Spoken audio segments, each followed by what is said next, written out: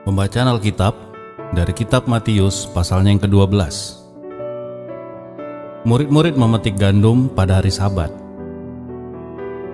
Pada waktu itu, pada hari Sabat, Yesus berjalan di ladang gandum. Karena lapar, murid-muridnya memetik bulir gandum dan memakannya. Melihat itu berkatalah orang-orang Farisi kepadanya, "Lihatlah, murid-muridmu berbuat sesuatu yang tidak diperbolehkan pada hari Sabat." Tapi jawab Yesus kepada mereka, "Tidakkah kau baca apa yang dilakukan Daud ketika ia dan mereka yang mengikutinya lapar?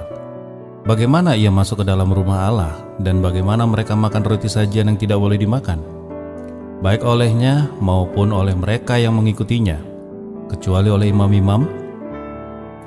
Atau tidakkah kamu baca dalam kitab Taurat bahwa pada hari-hari Sabat imam-imam melanggar hukum Sabat di dalam bait Allah namun tidak bersalah?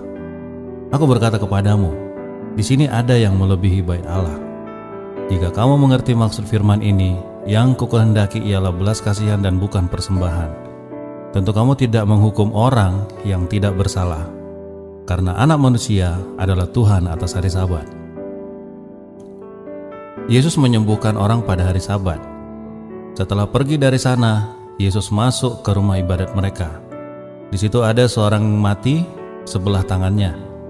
Mereka bertanya kepadanya, "Bolehkah menyembuhkan orang pada hari Sabat?" Maksud mereka ialah supaya dapat mempersalahkan dia. Tapi Yesus berkata kepada mereka, "Jika seorang di antara kamu mempunyai seekor domba dan domba itu terjatuh ke dalam lubang pada hari Sabat, tidakkah ia akan menangkapnya dan mengeluarkannya? Bukankah manusia jauh lebih berharga daripada domba? Karena itu boleh berbuat baik pada hari Sabat." Lalu kata Yesus kepada orang itu, "Ulurkanlah tanganmu." Dan ia mengulurkannya, maka pulihlah tangannya itu dan menjadi sehat seperti tangannya yang lain. Lalu keluarlah orang-orang Farisi itu dan bersekongkol untuk membunuh dia. Yesus hamba Tuhan. Tetapi Yesus mengetahui maksud mereka untuk menyingkirkan dari sana. Banyak orang mengikuti Yesus dan ia menyembuhkan mereka semuanya. Ia dengan keras melarang mereka memberitahukan siapa dia, supaya genaplah firman yang disampaikan oleh Nabi Yesaya, "Lihatlah, itu hambaku yang kupilih, yang kukasihi, yang kepadanya jiwaku berkenan. Aku akan menaruh rohku di atasnya, dan ia akan memaklumkan hukum kepada bangsa-bangsa. Ia tidak akan berbantah dan tidak akan berteriak, dan orang tidak akan mendengar suaranya di jalan-jalan. Buluh yang patah terkulai tidak akan diputuskannya, dan sumbu yang pudar jalannya tidak akan dipadamkannya, sampai ia menjadikan hukum itu menang, dan padanya lah bangsa-bangsa akan berharap." Yesus dan Beelzebul. Kemudian dibawalah kepada Yesus seorang yang kerasukan setan. Orang itu buta dan bisu, lalu Yesus menyembuhkannya, sehingga si bisu itu berkata-kata dan melihat.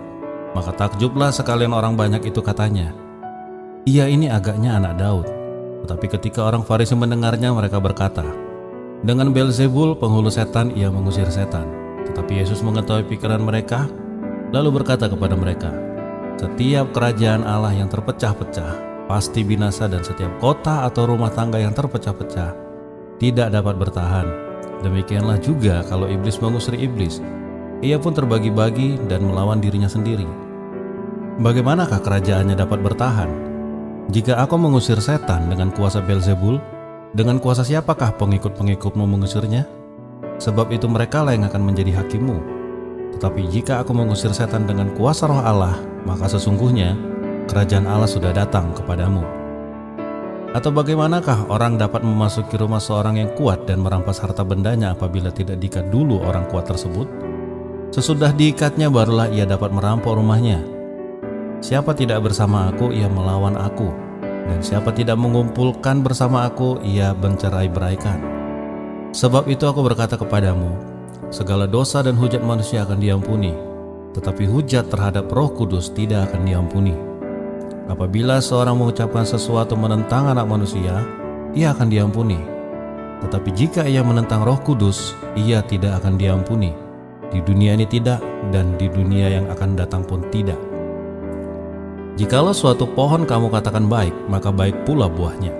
Jikalau suatu pohon kamu katakan tidak baik, maka tidak baik pula buahnya. Sebab dari buahnya pohon itu dikenal. Hai kamu keturunan ular beludak, bagaimanakah kamu dapat mengucapkan hal-hal yang baik sedangkan kamu sendiri jahat? Karena yang diucapkan mulut meluap dari hati. Orang yang baik mengeluarkan hal-hal yang baik dari perbendaharaannya yang baik, dan orang-orang yang jahat mengeluarkan hal-hal yang jahat dari perbendaharaannya yang jahat. Tetapi aku berkata kepadamu, setiap kata sia-sia yang diucapkan seorang harus dipertanggungjawabkannya pada hari penghakiman. Karena menurut ucapanmu, engkau akan dibenarkan, dan menurut ucapanmu pula, engkau akan dihukum. Tanda Yunus.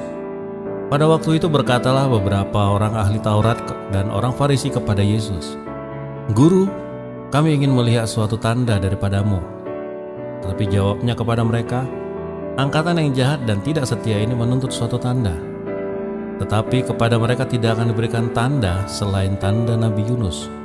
Sebab seperti Yunus tinggal di dalam perut ikan 3 hari 3 malam, demikian juga Anak Manusia akan tinggal di dalam rahim bumi 3 hari 3 malam." Pada waktu penghakiman, orang-orang Niniwe akan bangkit bersama angkatan ini dan menghukumnya juga. Sebab orang-orang Niniwe itu bertobat setelah mendengar pemberitaan Yunus. Dan sesungguhnya yang ada di sini lebih daripada Yunus. Pada waktu penghakiman, ratu dari selatan itu akan bangkit bersama angkatan ini, dan ia akan menghukumnya juga. Sebab ratu ini datang dari ujung bumi untuk mendengar hikmat Salomo. Dan sesungguhnya yang ada di sini lebih daripada Salomo. Kembalinya roh jahat. Apabila roh jahat keluar dari manusia, ia pun mengembara ke tempat-tempat yang tandus mencari perhentian. Tetapi ia tidak mendapatkannya, lalu ia berkata, "Aku akan kembali ke rumah yang telah kutinggalkan itu." Maka pergilah ia dan mendapati rumah itu kosong, bersih tersapu dan rapi teratur. Lalu ia keluar dan mengajak 7 roh lebih jahat daripadanya, dan mereka masuk dan berdiam di situ. Maka akhirnya keadaan orang itu lebih buruk daripada keadaan semula. Demikian juga ia akan berlaku atas angkatan yang jahat ini. Yesus dan sanak saudaranya. Ketika Yesus masih berbicara dengan orang banyak itu, ibunya dan saudara-saudaranya berdiri di luar dan berusaha menemui dia. Maka seorang berkata kepadanya, "Lihatlah, ibumu dan saudara-saudaramu ada di luar dan berusaha menemui engkau." Tetapi jawab Yesus kepada orang-orang yang menyampaikan berita itu, katanya, "Siapa ibuku dan siapa saudara-saudaraku?" Lalu katanya sambil menunjuk ke arah murid-muridnya, "Ini ibuku dan saudara-saudaraku. Sebab siapapun yang melakukan kehendak Bapa-Ku di surga, dialah saudaraku laki-laki, dialah saudaraku perempuan, dialah ibuku." Demikian firman Tuhan.